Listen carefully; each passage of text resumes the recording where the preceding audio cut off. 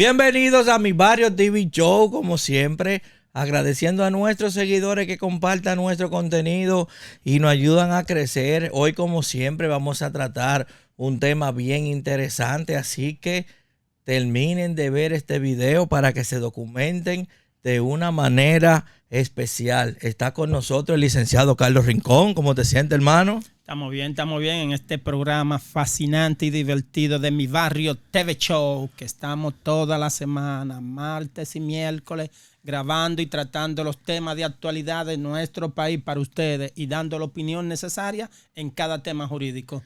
Así es, tú sabes que ahora, hablando de temas jurídicos, lo que está en la palestra es la orden de arresto, ¿verdad? Del empresario dueño del Jet Set, prácticamente a 3 meses después de ese lunes negro que la comunidad dominicana y también internacionalmente, que hubo muchos países que se solidarizaron, y está en las mentes de todos los dominicanos. Lo mandaron a buscar con una orden y la gente quiere saber cuál es el proceso jurídico, Carlos, que va ahora y qué es lo que pudiera pasarle al empresario Antonio Espaillat. Mira, lo primero es establecido normalmente. El Ministerio Público, valga las circunstancias, sobre la investigación que se hizo y sobre el último informe que se dio, ya el Ministerio Público ya ha socavado toda la información necesaria para ello argumentar el expediente, más los interrogatorios que se le hicieron a los empleados, más otra persona que lo vi en uno de los medios de comunicación, él dando las declaraciones cuando se viera caído una parte del plafón que lo agredió ahí en el hombro, y él por casualidad era en ese día del derrumbe del techo del YC. Podríamos decir que él fue afortunado y bendecido de nuestro amado Jesucristo, porque, como se dice, en 2 ocasiones en ese mismo día la muerte estuvo detrás de él, y por la gracia y la bendición de nuestro amado Jesucristo él se salvó, que fue la primera cuando cayó el pedazo que lo que le dio fue en el hombro, y después en la segunda cuando fatídicamente la esposa de él le cayó, como él así mismo lo narraba, le cayó una columna encima. Lamentablemente su esposa falleció. Él, por la gracia y obra y bendición de Dios, él está vivo para contarlo. Pero tocando bien el tema un poquito más a profundidad, con relación al arresto del señor Antonio Espaillat y su hermana, ahí el Ministerio Público argumentó el expediente sobre el artículo 219 sobre el homicidio no intencional. Pero yo me voy un poquito más lejos, y lo digo bastante claro, sobre la teoría fáctica del delito.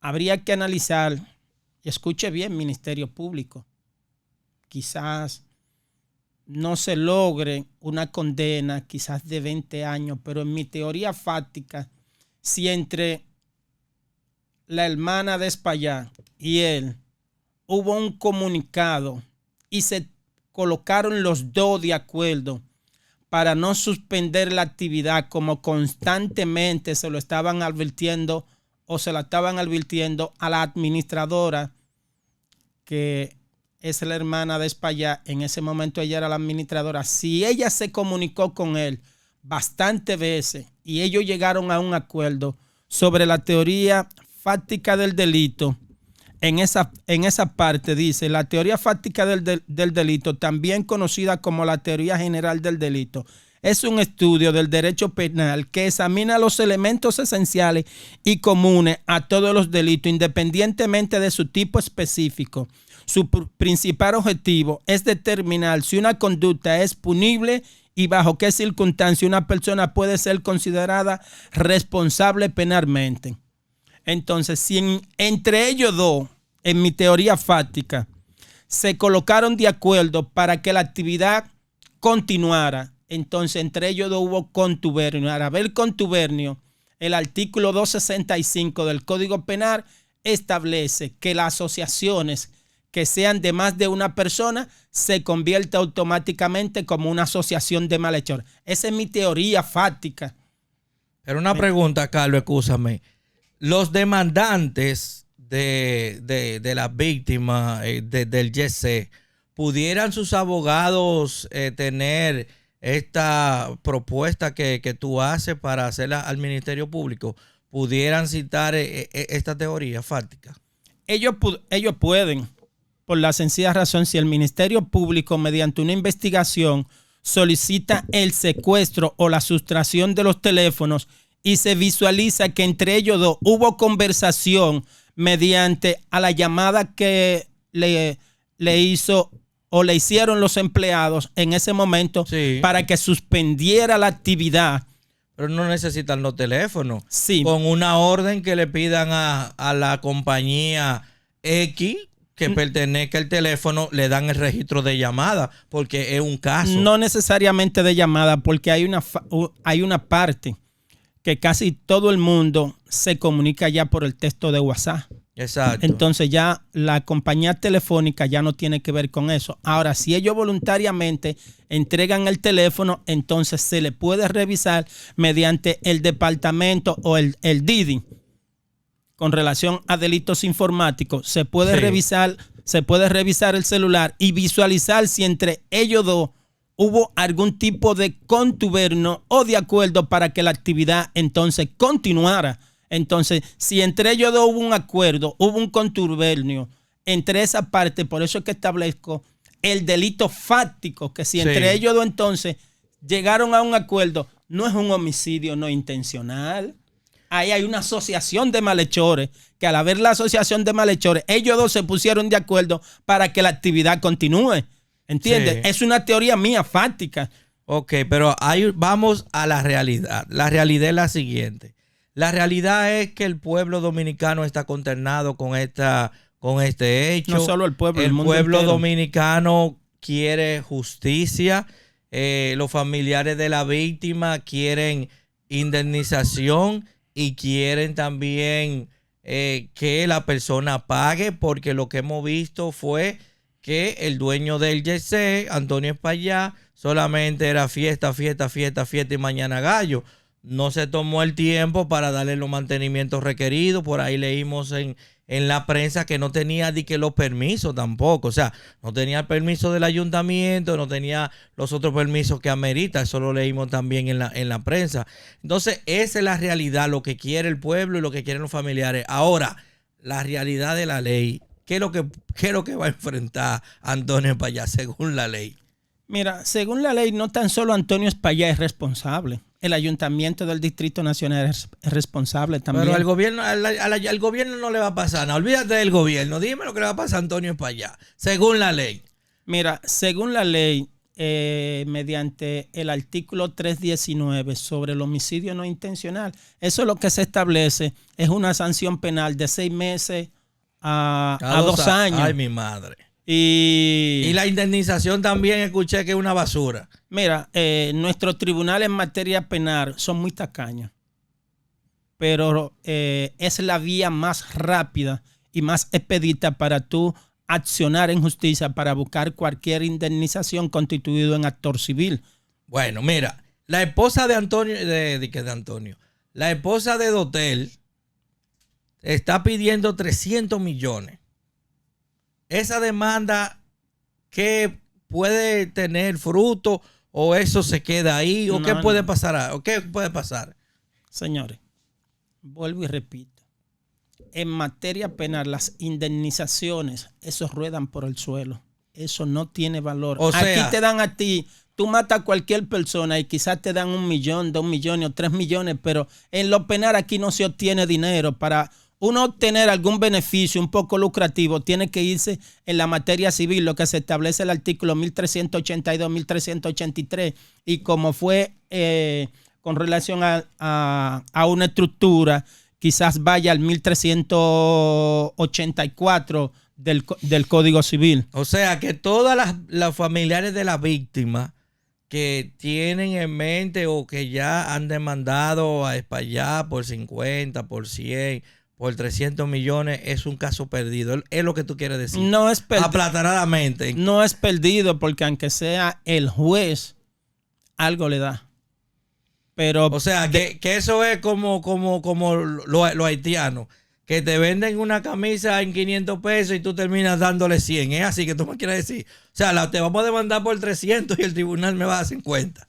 mira, en uno de los casos que yo he estado en materia penal, que estuve con el doctor y el gran jurista Parra Báez, yo pertenecía a la oficina jurídica de él, que en el único caso que yo vi que dieron mucho dinero fue cuando el sindicalista mató a ese gran honorable hombre, a Febrillé.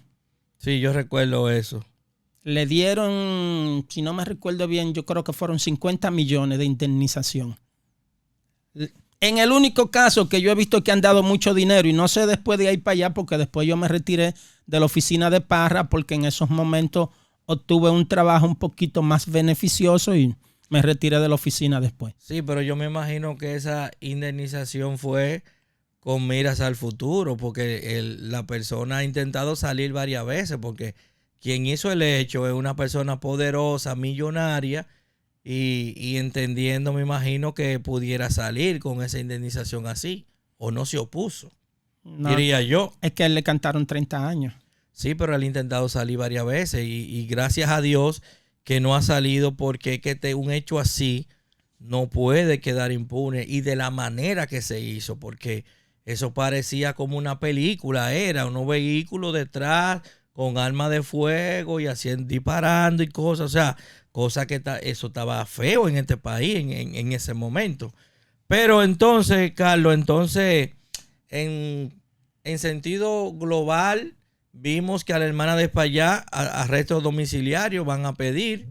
Y realmente la situación actual de él, está preso, está detenido, le han cantado, según lo que tú has investigado, ¿en qué está ese caso actualmente? Él está en disposición del juez para él entonces establecer una fecha sobre la medida de coerción. Pero él está en su casa, escúchame, o está detenido, porque según vimos la información en la prensa, ahí lo fueron a buscar y fue allá. Él está en el Palacio de Justicia ahora mismo recluido. Detenido. Sí. Ok. Para entonces así ya está a disposición del juez. Entonces el juez va a establecer una fecha ya establecida para entonces conocer la medida de coerción. Y yo lo dudo de que a él le den prisión lo que se establece el artículo 226, inciso 7. Yo lo dudo de que le den el número 7.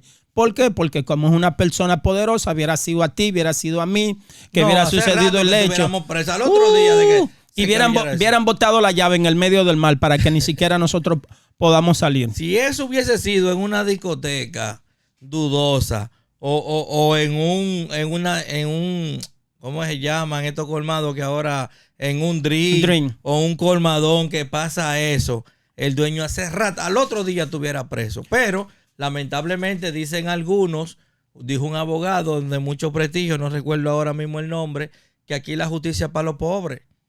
Él lo entrevistaron en Manolo Zuna, lo entrevistó ese abogado, y él lo dijo, que aquí la justicia nada más es para los pobres, lamentablemente. Entonces, de verdad que es una pena que en un acto que nadie, ni ellos, ni la víctima, deseaban que eso pasara, pero pasó. Y cuando tú tienes una infraestructura a la cual tú no cuidas, a la cual tú no das mantenimiento, entonces tú no puedes decir, que yo no sabía, ¿verdad? Él lo sabía. Si tú tienes, por ejemplo, un vehículo, o ponemos el ejemplo de la misma infraestructura, y tú ves que cayó un rayo, que se quemó, y que todo eso, y tú no tomas medidas, obviamente ese tipo de cosas pueden pasar. Colapsar. Exactamente. Entonces, de verdad que es una pena que los familiares tengan que verse en esta situación. Un responsable que quiera sí o no, lamentablemente prácticamente no le va a pasar nada. Con relación al hecho no le va a pasar nada, es como tú dices, pero... O sea, la magnitud del hecho, más lo que para tú vas la a pagar, condena que es, no es nada. A eso me refiero. Absolutamente. Ahora, lo que él tiene que tener en cuenta, que de las personas que ahí murieron dentro de ese hecho, él tiene que saber desde el punto de vista que hay personas de renombre de esta sociedad que fallecieron. y no tan solo esas personas de renombre, de peso social en esta sociedad, que se recuerde las personas del bajo mundo de ahí, que eso sí cobran y de mala manera.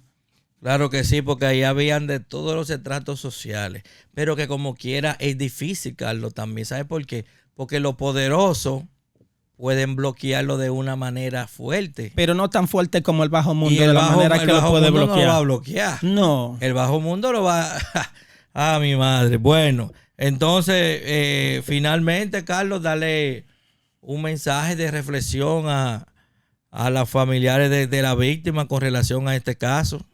Bueno, vuelvo y les repito, yo como abogado, yo intentaría la parte de lo que vuelvo y establezco, la teoría del delito fáctico, que si entre la hermana y Espaillá hubo alguna conversación, que le solicito que si el Ministerio Público no lo hizo, dentro de la medida de coerción, visualicen si dentro de la glosa procesal ellos colocaron lo que se establece, el inventario de la conversación entre él y ella, para ver si entre ellos dos hubo algún contubernio para seguir o continuar con la fiesta en ese momento. Que si hubo algún contubernio entre ellos dos, entra dentro de la teoría del delito fáctico, que ellos dos se combinaron para seguir continuando con la fiesta, y ahí entran ellos entonces dentro de la teoría del delito fáctico en asociación de malhechores. Entonces, no 2 años, no, pueden coger 20 años de cárcel si entramos dentro de la teoría fáctica de que ellos dos entraron en contubernio para que la fiesta siga, lo que se establece el homicidio por omisión o por acción, y yo lo considero por acción de la negligencia de ellos de continuar con la actividad. Bueno, señores, ya ustedes saben, compartan este video, denle a me gusta, dejen su comentario. Y de verdad que esperamos que todo el peso de la ley, ¿verdad?, caiga sobre los responsables de esta tragedia que ha dejado marcado nuestro país, y siempre va a haber un antes y un después de esta lamentable tragedia. Continuamos con la programación de Mi Barrio TV Show.